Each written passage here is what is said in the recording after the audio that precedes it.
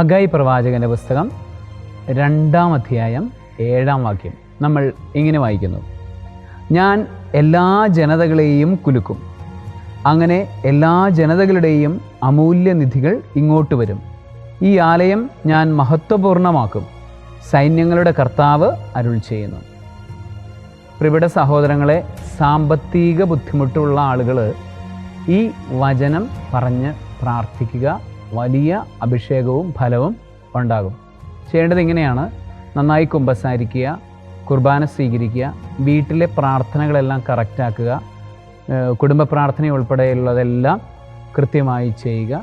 എന്നിട്ട് അതിരാവിലെ 3 മണിക്ക് എഴുന്നേറ്റ് മുട്ടുകുത്തി ഗൃഹനാഥനോ ഗൃഹനാഥയോ ആരാണോ സാമ്പത്തിക ബുദ്ധിമുട്ട് അനുഭവിക്കുന്നത് ആ വ്യക്തി കരങ്ങൾ വിരിച്ചു പിടിച്ച് നമ്മളാൽ കഴിയുന്ന അത്രയും തവണ, ഒന്നുമില്ലെങ്കിൽ 33 പ്രാവശ്യം പ്രാർത്ഥിക്കുക, അല്ലെങ്കിൽ 99 പ്രാവശ്യം പ്രാർത്ഥിക്കുക, അല്ലെങ്കിൽ 77 പ്രാവശ്യം പ്രാർത്ഥിക്കുക. ഈ വചനങ്ങൾ ഒരു ജപമാല എടുത്തിട്ട് വീണ്ടും വീണ്ടും ഏറ്റുപറയുക. ഹഗായി പ്രവാചകൻ്റെ പുസ്തകം 2-ാം അധ്യായം 7-ാം വാക്യം. വചനം ഇങ്ങനെയാണ്: ഞാൻ എല്ലാ ജനതകളെയും കുലുക്കും, അങ്ങനെ എല്ലാ ജനതകളുടെയും അമൂല്യനിധികൾ ഇങ്ങോട്ട് വരും.